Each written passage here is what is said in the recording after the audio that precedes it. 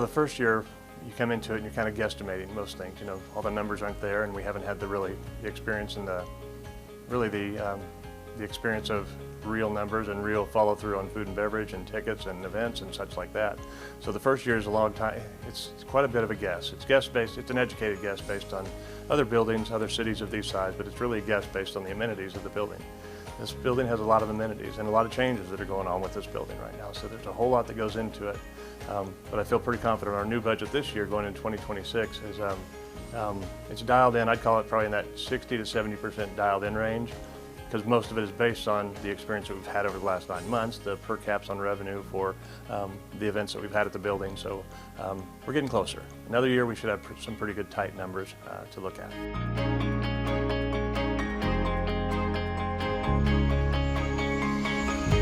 It's wonderful. We've had some ops people that work for the event center that have been there for a while, one specifically, and this person recently said, after the state fair it really dropped off quite a bit, but it looks like we're going to be working the rest of the whole year. And I'm like, that's kind of the goal. We will. We have 2 concerts coming up so we have the state fair where there's 4 concerts there, and then we have 2 concerts in October.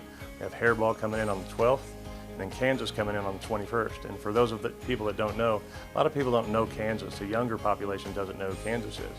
But if they watch Supernatural, it's the theme song of Supernatural. So that's really got a lot of interest too from some of the younger patronage out there. But those concerts are wonderful. And then we slip towards that Christmas show that I've been working on for quite a bit, and we just announced it yesterday, this Monday. And it's Lindsey Sterling, the Snow Waltz Tour. There are only 23 stops on this tour, and the names of the towns that are on this tour, it's Las Vegas, it's Houston, Texas, it's Austin, Texas, it's Colorado Springs, major cities, and then all of a sudden there's Grand Island. So I feel very fortunate the promoter has taken a risk on us, on VenueWorks, the Heartland Event Center, and the city of Grand Island. And I keep saying it, but we need people to turn out for this so these promoters realize if we bring in a good show, this city will support it, and I think they will. This show is going to be fantastic. It's a cross between Cirque du Soleil and violin music and hard rock music and just the dance element. There's a real elegance to the show. And all of our ticket sales, it just went on yesterday, and our ticket sales are pretty strong already with the pre-sale. And the demographics are all about 25, 25, 25, 25. Age does not matter for this show. It really is one of those that serves everybody in the community.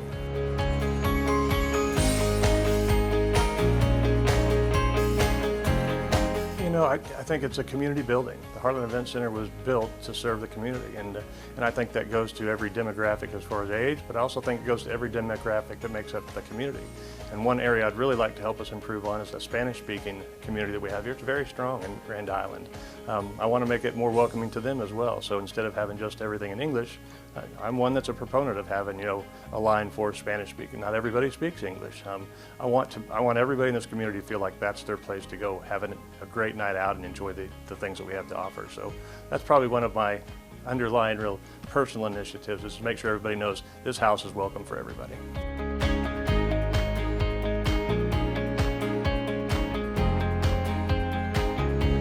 I try to focus on doing the very best I can every day and not let the good words mean too much and the bad words mean too much. So I just focus on doing my job every day and putting a good team around me to help me do that, and I think we've done that. So I'll continue to head that way, and if you really, to put in perspective the number of concerts that are happening here, and I will say the State Fair, there are 4 concerts that are in our building. So we have 4 back-to-back concerts. We have Brian Regan, Righteous Brothers, Matthew West, and Marshall Tucker Band, and Daryl Worley. Boom, boom, boom, boom. Then we go to Hairball, then we go to Kansas, then we go to Lindsey Sterling.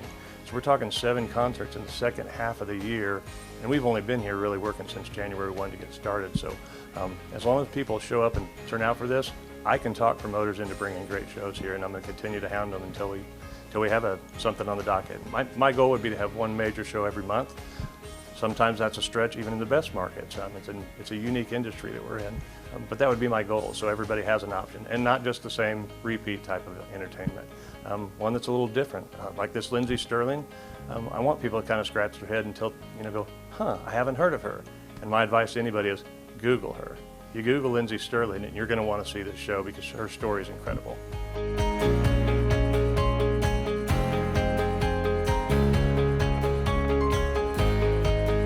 I think it's that balance of, Mannheim, they're a great show. You know, usually in my last building we do it about every other year, and I think that's the trend that we'd like to do. You know, bring in Mannheim. We don't want to lose that type of entertainment. We just want to add to it and give some other options that aren't necessarily in that same type of genre of music. Mannheim is a very relaxing, comfortable, special Christmas show. This one, I think people walk out going, wow. And a lot of the reactions on Facebook have actually been that little wow symbol, which is it's great to see the community seeing and react in the right way. And I have no idea what else we'll continue to bring, but I can tell you this, we're knocking on every door to try to convince promoters that Grand Island's a place for them to stop.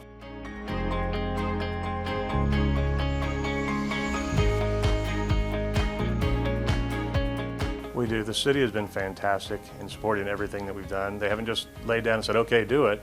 They've been really supportive, and they've listened to the reasons that we've given them to explain why we need to work on a new air conditioner, or why we might consider the ice rink, or why we might want to do this or that. And the city's been fantastic to hear what our concerns are, hear what our ideas are, and truly to help me map out for the next 5 years, what areas should we spend the money this year, what should we focus on next year, and so on.